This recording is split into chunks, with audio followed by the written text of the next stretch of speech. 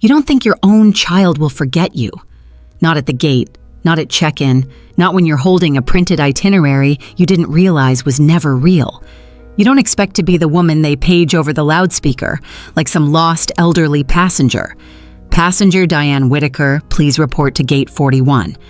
When really, all that got lost was your place in their life. This isn't the kind of revenge story where I scream. It's the kind where I whisper and still get heard. My name is Diane Whitaker. I'm 75 years old, and I used to know exactly where I belonged. I was the keeper of the files, the one who remembered every due date, every overdue bill, every insurance renewal. I was the one who made banana bread for field trips and filled out FAFSA forms while everyone else slept. I didn't wear a cape. I wore quiet competence. After my husband George passed in 2006, it was just me and Brian, our only child, my entire world, even when he started building his own. Brian was always clever, tech-minded, sharp with words, slow with birthdays, but fast with strategy. I didn't mind. I was proud. When he needed a co-signer for his first car, I signed. When he needed help with the down payment for his starter home, I wired him the money before he could ask twice. When his first marriage ended, I let him move back in. No questions, just folded towels and hot soup waiting. And when the market crashed in 2008 and his credit score plummeted, I let him refinance his condo using my credit history. It made sense at the time. Temporary, practical. Just until I'm back on my feet, Mom, he said. He had that way of making me feel needed, even as he took more than he gave. I never thought to take my name off anything. Time moved. The house stayed in his name, but the original financing still traced back to me. I kept every file, stapled, labeled, stored in the cedar chest at the back of my closet. Old habits die hard. Brian rebuilt his career, married again, had 2 little boys. Life got fuller for him. For me, it got quieter. We didn't talk every week, but when we did, I was glad just to hear him say, "Hey, Mom," like it meant something. I learned to savor crumbs.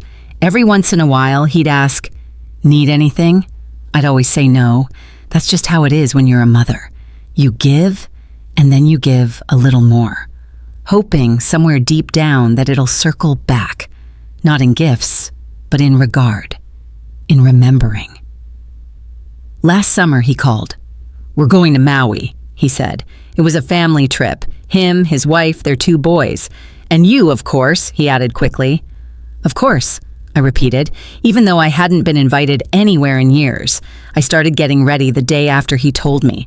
I dusted off my suitcase.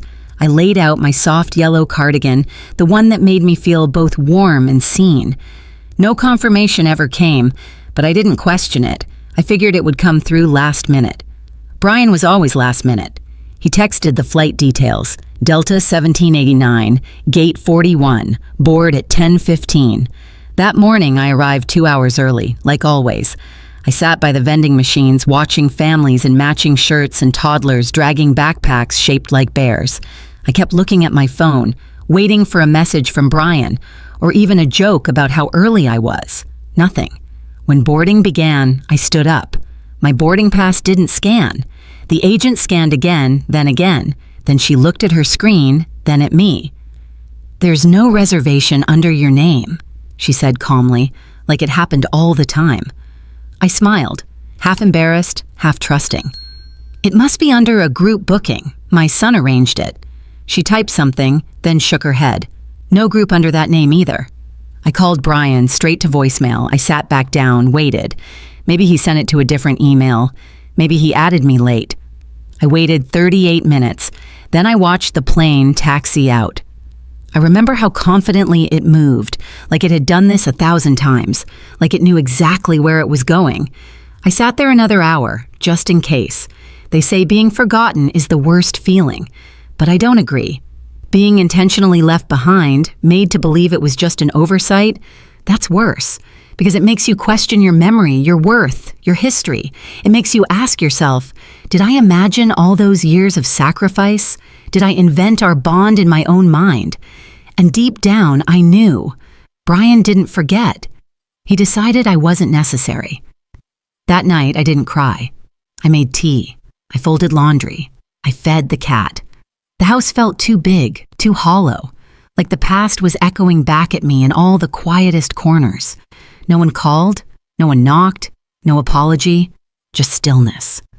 I opened the drawer where I keep the old papers, the refinance documents, the mortgage agreement, the letter George wrote me when Brian was born. He had written, "You will be his anchor, and one day he'll know that meant everything." I used to believe that. The next morning, I got a text from Brian. "Sorry, things got hectic. Thought someone added your name to the booking. My bad. Love you." I stared at it for a long time. No emojis, no photo from the beach, just flat text. "Love you. My bad." I didn't reply, because something in me had cracked, and not in the way things break from weakness. It cracked the way glass cracks when it's been under pressure too long, quietly, finally, and completely. I didn't tell anyone what happened at the airport. Not Ruth, not my neighbor who always asks about my son, not even the woman at church who still calls me Mrs. Brian's mom. Because what could I say?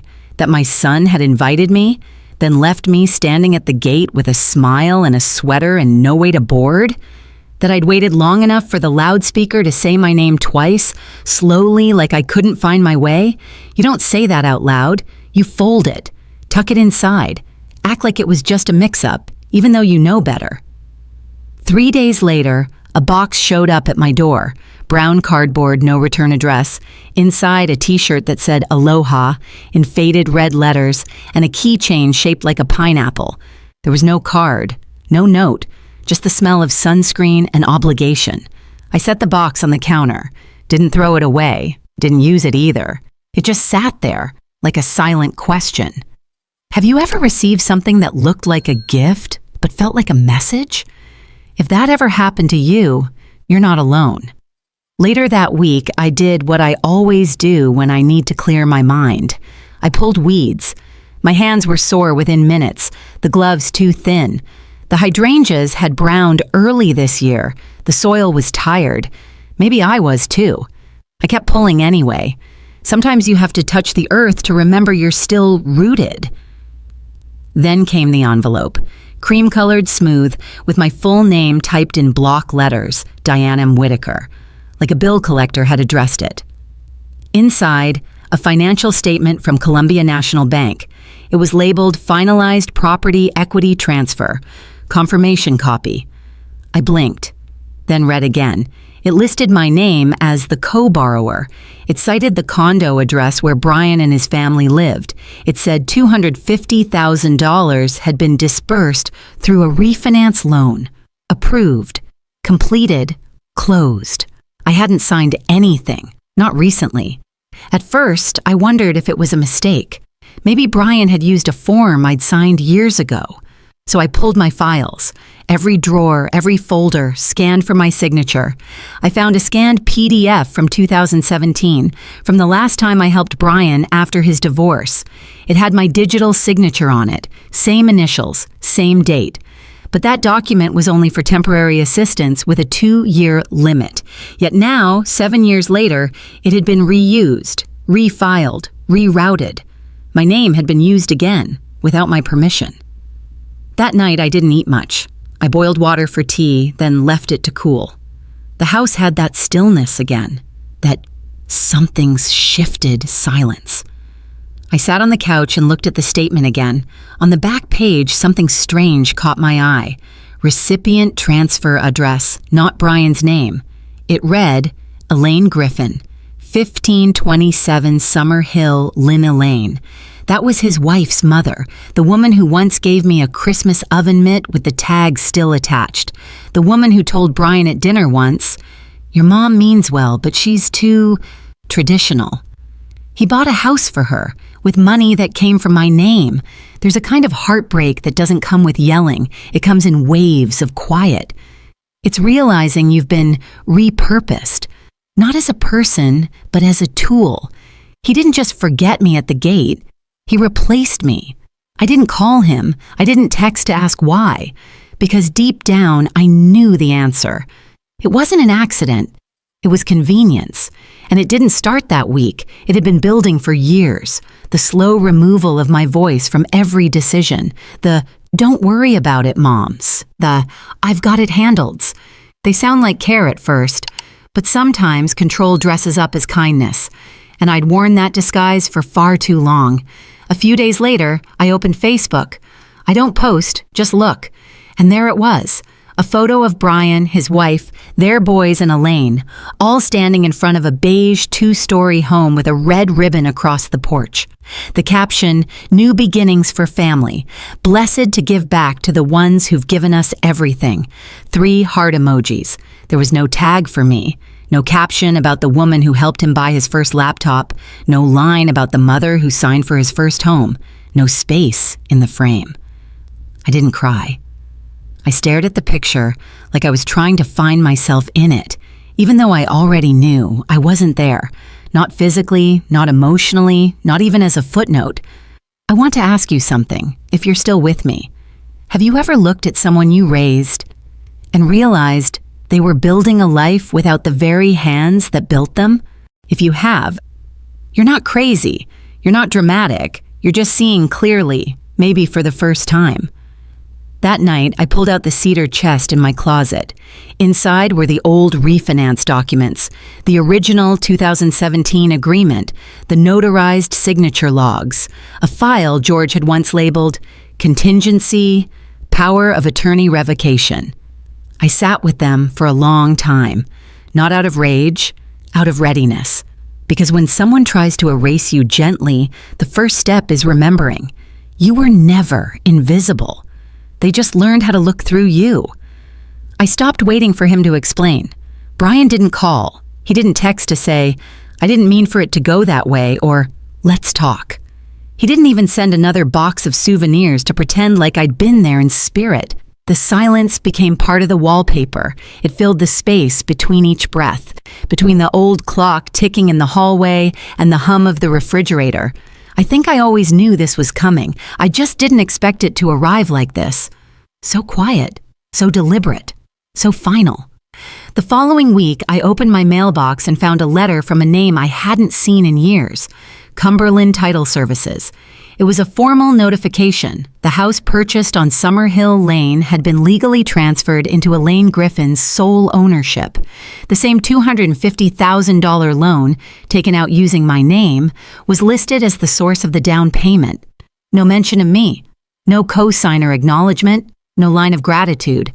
I wasn't even CC'd. I'd been sent a copy because my name had been on the originating paperwork, briefly, like a watermark that fades when the ink dries. Have you ever seen your own name, in print, being used for something that no longer includes you? That kind of erasure feels like grief, except no one brings you flowers. No one says sorry for your loss, because technically, nothing bad happened, at least not out loud. I didn't sleep much that week, not because I was plotting, because I was grieving something that couldn't be named. It wasn't just that I wasn't invited. It was the realization that I'd become useful, not loved. I had become a signature, a credit score, a bridge to a better address. The following Saturday, I sat in the study, the one with the blue chair by the window where George used to read the paper, and pulled every file I still had. Loan papers, trust statements, old notarized documents, a yellow folder labeled Diane, 2017 refinance, contingency only. Inside it, I found the very clause I'd forgotten about. Authorization shall expire after 24 months unless renewed in writing.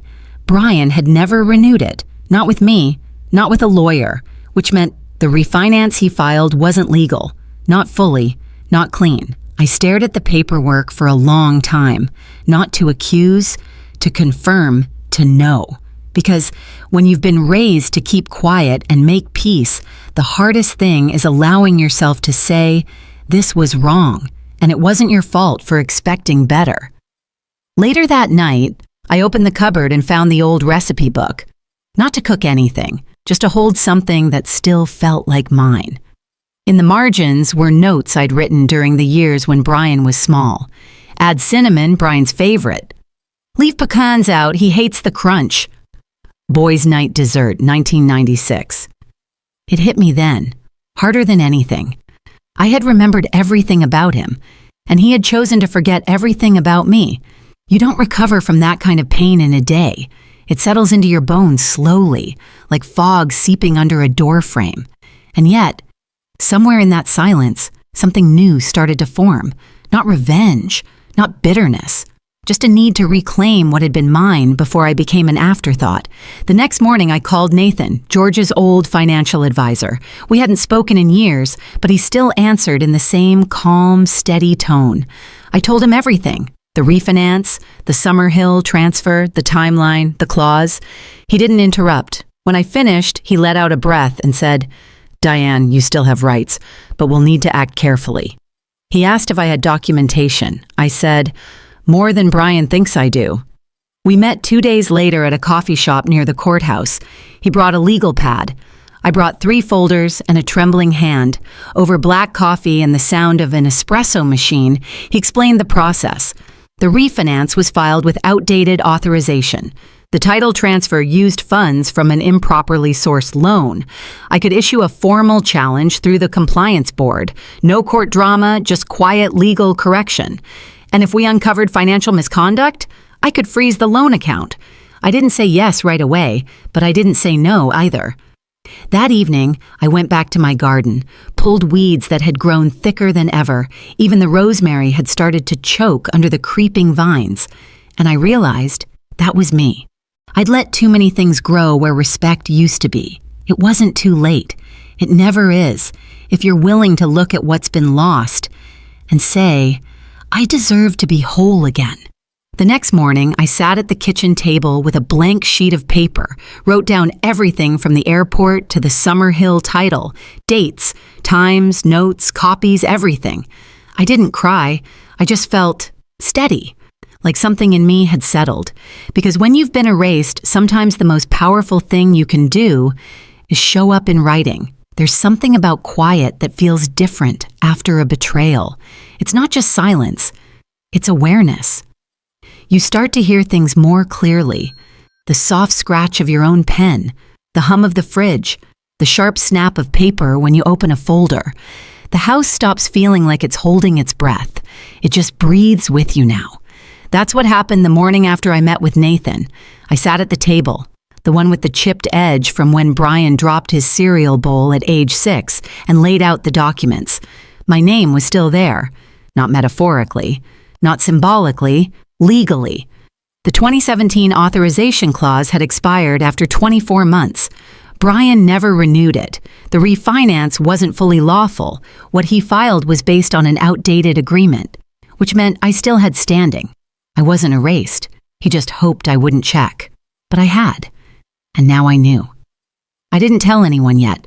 I wasn't ready for reactions. I was still processing. I went to the cedar chest again, where George and I kept all our important papers. It still smelled like lavender and thyme. I found our original mortgage documents, the trust paperwork, and something I'd forgotten I had. A durable power of attorney revocation form. It had been drafted in 2019. I'd printed it, but never submitted it. I'd thought, no need. Brian wouldn't do anything without talking to me. That version of me was gone now. Not angry, just done giving blind permission.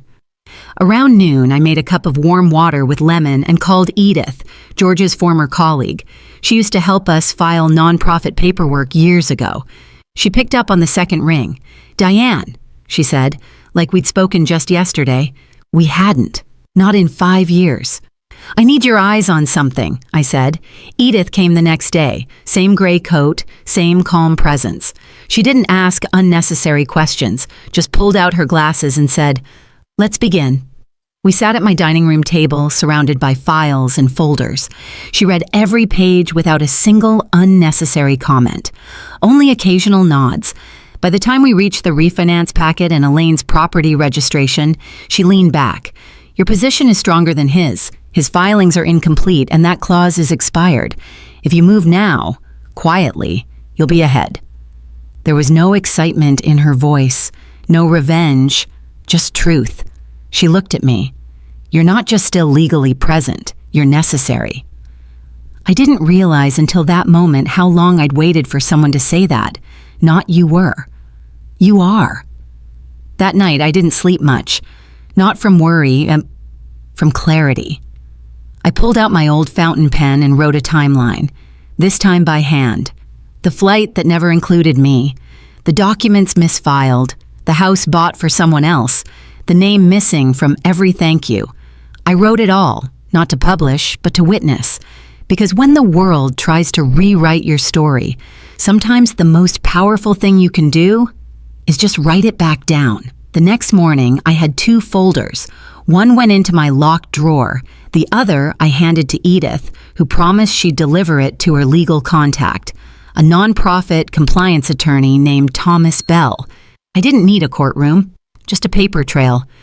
A few days later, I went into the guest bedroom and noticed something strange. The closet door was ajar. I always keep it closed, locked. It holds my oldest tax records, duplicate keys, a memory box from George. Nothing was missing. But the dust had shifted. Someone had been there, or told someone else to go there. It was subtle, but I saw it. Because when you've spent your whole life noticing the little things, you notice the shift in shadows too. I changed the locks that afternoon, not out of fear, out of principle. You don't get to steal someone's silence and expect the door to stay open. That evening, I made soup, turned on the radio, didn't think about Brian. He hadn't called.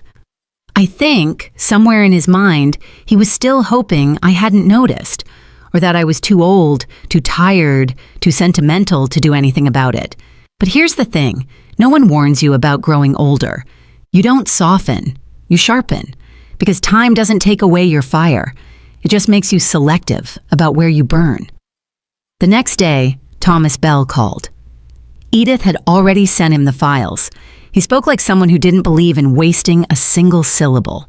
"Mrs. Whitaker," he said, "you have legal standing. The property transfer and refinance trail are flawed. Your authority hasn't been lawfully revoked." He asked if I wanted to pursue private motion. Quiet. No press. No court. Just correction. I said yes, just like that. No shaking hands, no tears. Just the woman with the name they thought they'd deleted, showing back up in the record. Later that week, I walked through the hallway, stopped at the family photo wall. Brian's wedding photo was gone.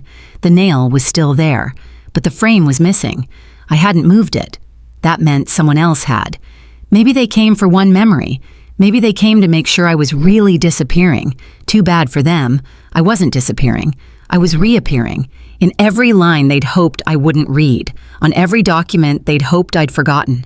In every place they thought they had made me small. I never wanted a war.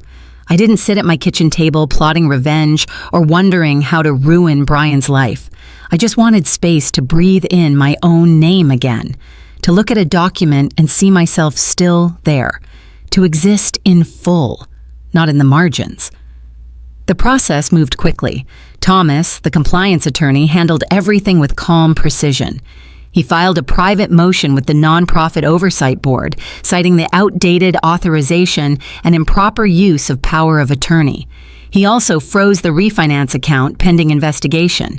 I didn't need to make phone calls. I didn't need to confront anyone. The papers did it for me. A week after the filing, I received confirmation that Brian's financial control had been suspended. He was no longer authorized to act on my behalf. He had been quietly removed from all remaining estate planning documents. And I didn't cry. I just folded the letter, placed it in a folder labeled Restoration, and tucked it into my drawer. It felt final. Not the end of a relationship, but the end of being edited out of my own life. That same week, Carla Monroe arrived. She was the fiduciary Thomas had recommended, a woman in her mid-50s, sharp eyes, steady voice. She didn't smile much, but I liked that. She didn't waste words. She reviewed every file I had, walked me through each trust, clause, and signature. And then she looked at me and asked one question. "Who do you trust moving forward?" I didn't hesitate. "Me?" I said. With Carla's help, we rewrote the structure of my estate. Every clause rechecked, every signature newly witnessed. Brian's name vanished from every line. Instead, the charitable scholarship fund he once tried to name after his wife's family would now operate under a new board, with Ruth quietly appointed as chair. It wasn't loud. It wasn't dramatic. It was deliberate. The day the final paperwork was filed, Carla handed me one last form to sign. It reinstated my legal authority over the foundation I had helped build with George, my name now restored in state records as original founder and senior advisor. I signed it in black ink. My hand didn't shake. I wasn't reclaiming control. I was reclaiming presence. That night, I lit a candle and sat beside the box where George used to keep our anniversary letters. I hadn't opened it in years. Inside, I found one with my name on it, written in his handwriting, faded but steady.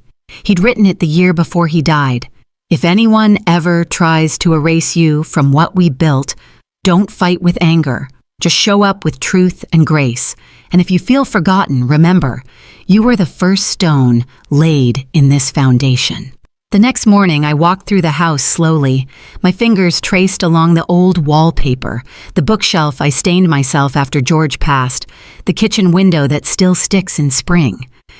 Nothing had changed, and yet everything had, because I no longer moved through this home like someone waiting for permission to matter. Now it was mine again, not just legally, spiritually. A few days later, I received another envelope, ivory cardstock. Elegant gold font, embossed seal. It was an invitation to the foundation's next fundraising gala. Brian was listed as host and keynote speaker. At the bottom, in his handwriting, one short line, "Hope to see you there." I didn't RSVP. I didn't make a scene. I just showed up. I wore the same navy dress I wore to George's final award ceremony. Not flashy, not loud, but dignified. When I arrived, no one stopped me. A few familiar faces nodded. Some didn't recognize me at all. They seated me at table 12 near the catering exit, far from the stage. I didn't mind. I wasn't there to be seen. The ballroom shimmered with curated light. Laughter floated above half-empty wine glasses. Brian took the stage in a crisp navy suit. He looked calm, polished, practiced. He spoke about legacy, innovation, and long-term vision. He thanked donors. He thanked board members. He didn't thank me, but I didn't need his words, because sitting quietly in my bag was a folder. Inside, the finalized paperwork naming me as founding advisor, the board's revised bylaws, the new charitable trust documents signed and sealed, proof that the story had changed back, without noise, without begging. I left early. Not out of protest, but because I'd already done what I came to do, stand still in the space they once tried to delete me from. When I got home, the wind had picked up. I opened the window, let it in. I didn't replay the speech, didn't think about what he didn't say. I just stood in my kitchen, poured a cup of tea, and felt the weight of something very rare, a quiet life that no longer needed to ask permission to exist. 2 days after the gala, Brian showed up at my door. He didn't knock right away. He rang the bell twice. Then again, then waited. I watched him from behind the curtains, his shirt half-tucked, tie loose, eyes tired. The look of a man who still thought he could explain his way out of what he'd done. The look of someone who hadn't truly been told no in a very long time. I opened the door without a word. He stepped into my kitchen like he still had permission to be there. But this time, I poured only one cup of tea, mine. He started soft, said it had all been a misunderstanding, that the refinance wasn't about deception, that the house for Elaine was a gesture, one his wife pushed for, not him, that things got complicated, that he was juggling too much. Then came the business talk, words like fiduciary miscommunication, temporary asset reallocation, shared family vision. He used them like armor, hoping if he dressed up the betrayal in enough formal language, I'd forget how personal it really was. I listened, because that's what I've always done, even when it hurt. But this time, I didn't nod. I didn't soften. I didn't say, "It's okay, sweetheart." I reached into the drawer and placed a single envelope on the table between us. Inside was a revised legal directive, One that removed Brian from every position of authority tied to my estate. One that locked the trust under court supervision. Permanently. One that appointed Carla, not him, to oversee all future decisions. His hand didn't even reach for the envelope. His eyes dropped to the floor. And then he said it, barely above a whisper. Mom. But I wasn't his mother in that moment. I was the woman who had raised him, protected him, and then quietly removed his hands from everything she built, because she finally understood that love without boundaries isn't love. It's erasure. He left without another word, and I didn't cry. Not this time, because what was left to mourn had already been buried in silence long ago. Later that week, I met with Carla one last time. She brought a final statement. Confirmation that the estate had been restructured. Every account was now under independent review. The charitable fund had been transitioned. Brian's access was gone. It was done. Not as punishment, not as revenge, but as clarity, long overdue. That night, I stood in the sunroom with a cup of black coffee and opened the windows wide. I let the wind move through the curtains. Let the stillness come. Not the kind that makes you feel abandoned, but the kind that says, you're here now, and nothing is being taken from you anymore. The next Sunday, I drove myself to the airport, not to fly, but to pick up Ruth and her daughter after a weekend trip. I parked, walked up to arrivals, waited. No one forgot me. No loudspeaker paging me like a misplaced coat. They saw me. First, Ruth ran into my arms. Her daughter tugged her suitcase behind her, beaming. We drove to a small diner just outside of town. I let them do most of the talking. I stirred my tea, smiled, didn't fill every silence. Because I'd learned something. Not all quiet is absence. Some silence is just peace, finally having space to breathe. That evening, back home, I walked past the hallway photo shelf. I paused in front of the frame that once held Brian's wedding photo. The nail was still empty. I didn't replace it. I opened the drawer below, where the photo sat, face down, tucked between a box of stamps and old envelopes. I didn't throw it away. I didn't curse it. I just closed the drawer, not out of spite, out of peace. Because some things don't need to be displayed to be remembered, and some chapters don't need a public ending. Just a final page.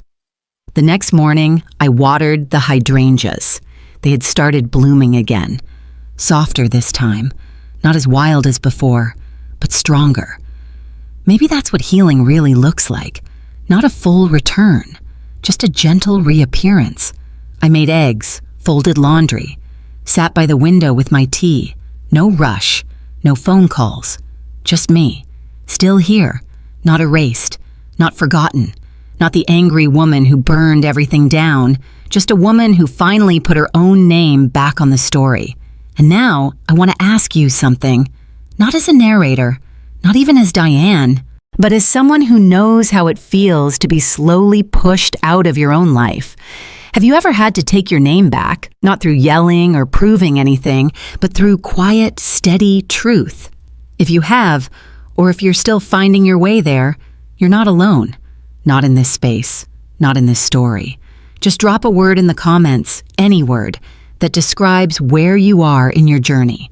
It might help someone else feel a little less invisible today. We don't need applause to be seen. We just need each other.